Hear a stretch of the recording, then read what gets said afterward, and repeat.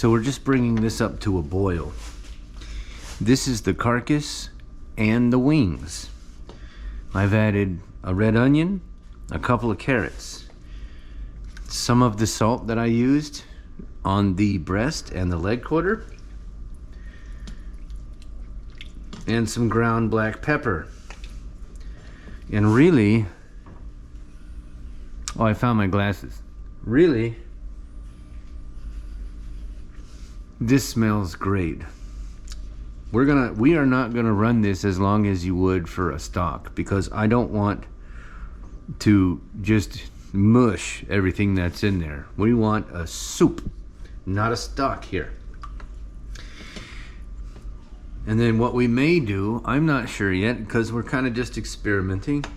We may go in there when the meat is cooked, pull the meat out, shred it, and then add it back. But this is going to be a soup. Oh, I did put that pepper in here too. That'll give us some good heat. It's that easy. So to recap on this soup, it's the carcass, it's the wings, it's a red onion, it's a couple of carrots, the seasoning salt that I used over there, use whatever seasoning you want, and well, and that's it. And we're gonna bring this up to a boil. Once it gets to a boil, we're gonna turn it down, put a lid on it, and let it simmer. It's that easy. And most of the fancy stuff is gonna come when we put it into the bowl. You're gonna love it. Okay, folks, let's talk about the soup. You could consider this a stock. There would be nothing wrong. There goes the bird again, right?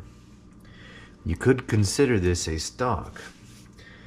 And if I were making a stock, I'd let this run longer and I'd get the fat out of it.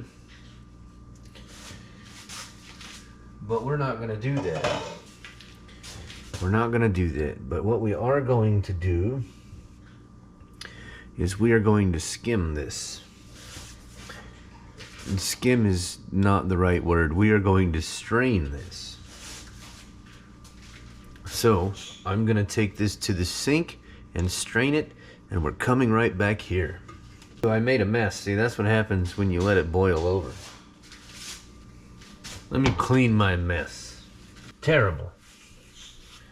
I made such a mess. I probably should have cleaned the bottom of this as well. Okay. So as I was saying, if I was making a stock, and again, we have to be so quiet.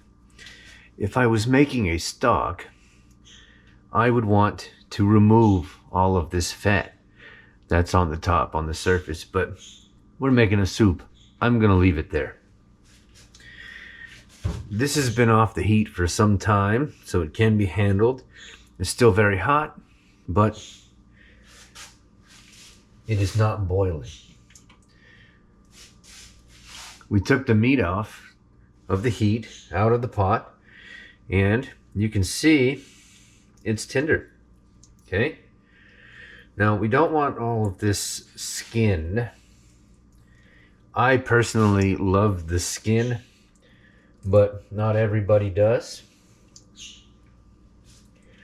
It can get a little gelatinous in there in a soup. So now we're just gonna shred that meat. Okay? Shred it up. We didn't overcook it. We cooked it just enough.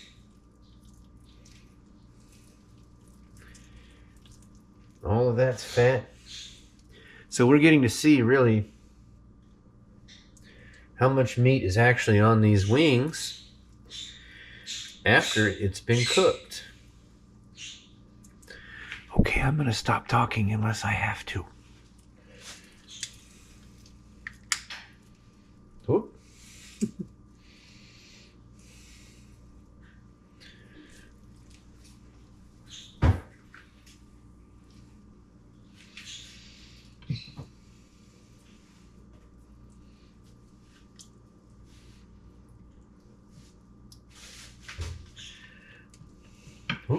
I am making such a mess.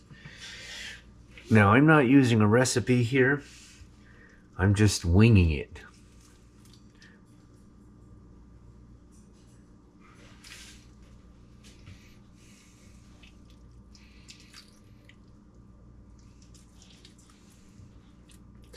I don't want the meat to be in too small pieces.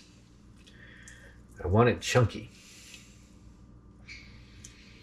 Because I want to experience that meat. Now, this is just going to be boiled meat, right?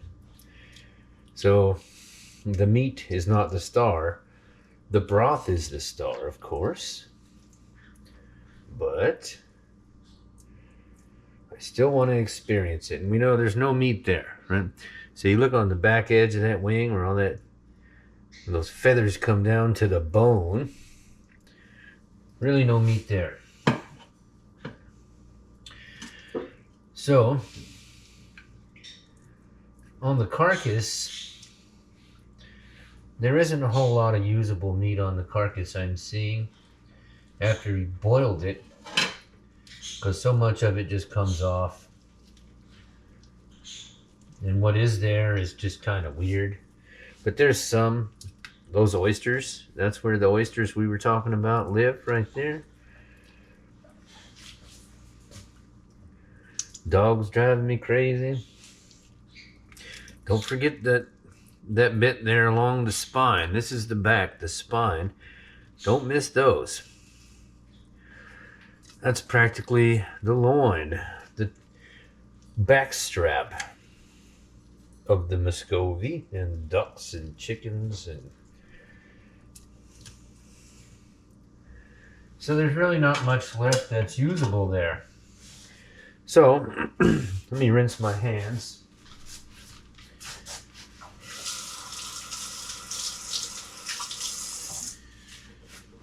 So now we have our soup base. And the flavor is in that stock, but you're going to get some chunks here and there. Some chunks of meat, but not many. Pardon. Now, there's a big chunk there. So what we're going to do is we're going to taste it.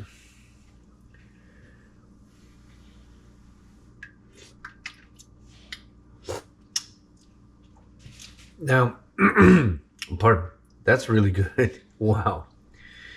That's really good. So you can add anything to your soup. You can add anything that you want to your soup, of course. Any kind of vegetables. And the more of that you do, yeah. Wow, that's special. The more that you add, the more flavors come in there, the more you have going on. But in this case, I really wanted to experience the duck. So we're doing it. Yeah. I'm going to add a few things to make this a special soup, so it's not just duck broth. Right here, we have some of our Thai basil. I use this stuff in lots of recipes. A lot of my seasonings. With your dried herbs, they tend to be a little bit more concentrated, but you want to break them up and get those oils released. Any stems that might be in there, we don't want those. There's nothing to hide the stems in these soups, so I'm rubbing it together. I'm breaking it up. I'm freeing those oils in there, and boy, it smells great. So about that much Thai basil. What else do we have here? Well, I'm going to add a bay leaf in there. Maybe two. Maybe two. Two halves. Really not much going on there. I'm going to put a little bit of paprika in there, just to give it some color. I'm going to use the other side so that it'll come out when I try to pour it. We're going to add some red. Now, paprika, I love paprika because it's one of those things that almost tastes like nothing. Some of our TSR cayenne peppers, flaked. You don't want to go ham with those because it might get a little too hot. It was already slightly warm because of that pepper we put in there, right? But I wanted some more. Now, where did I put...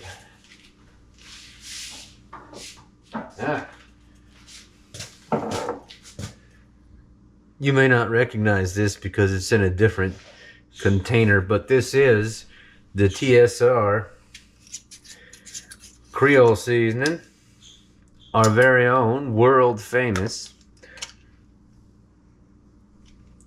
So we're going to take a little bit of that and sprinkle that in there. It's got all the... Very light on the salt, as you probably know if you've tried it. But it's got all the seasonings and peppers and different things. Let me get this here. I need this. Can I have it? Thank you. All right, we're going to give it a little stir. Now, I'm going to put the heat back on and let all of this stuff come together. Heat back up. Look at that. You see how the color changed? Wow, that smells amazing. You have a lot of options here. You really do. Now, we taste again.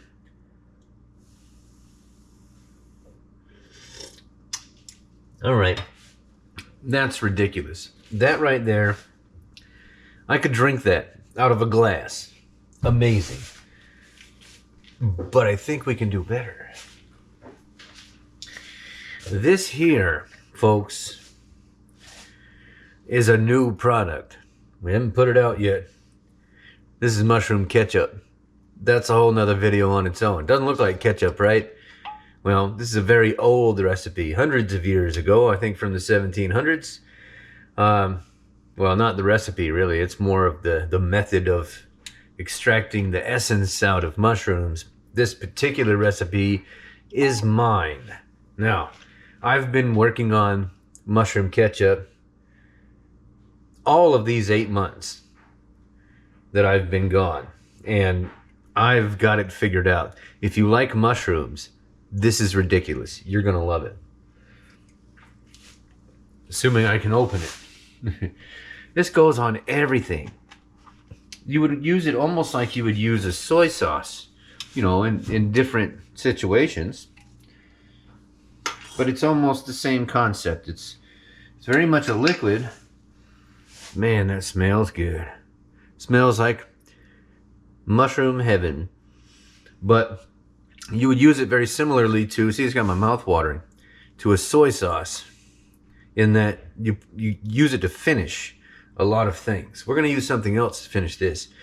But it also just adds a mushroom, just foresty, earthy goodness to the whole pot. And you don't need a whole lot. This particular recipe is my special recipe that's aged a little bit longer. And that's why it's so dark. Now, we have yet to add any garlic to this whatsoever. No garlic anywhere. This, assuming I can get the cover off of it again. Well, we're just having a tough time with containers. Fermented Korean chili pepper paste. Seoul gochujang, also known as gachu sauce. Man.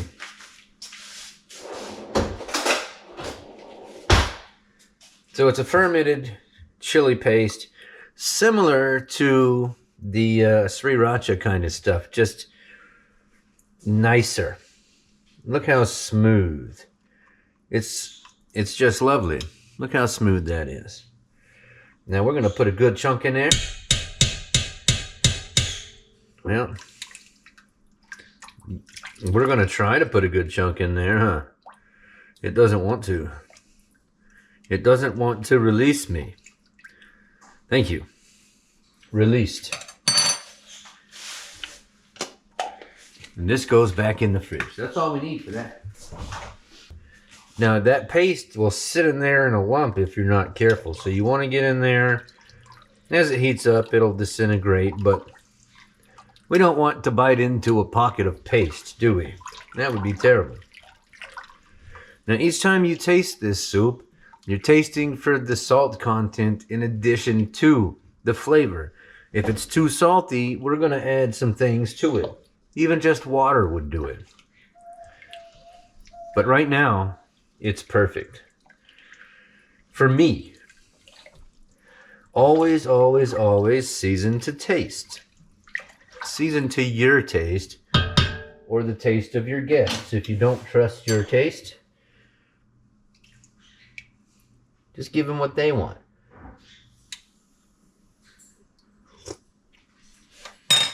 Take a spoonful of that to your guest and say, what do you think?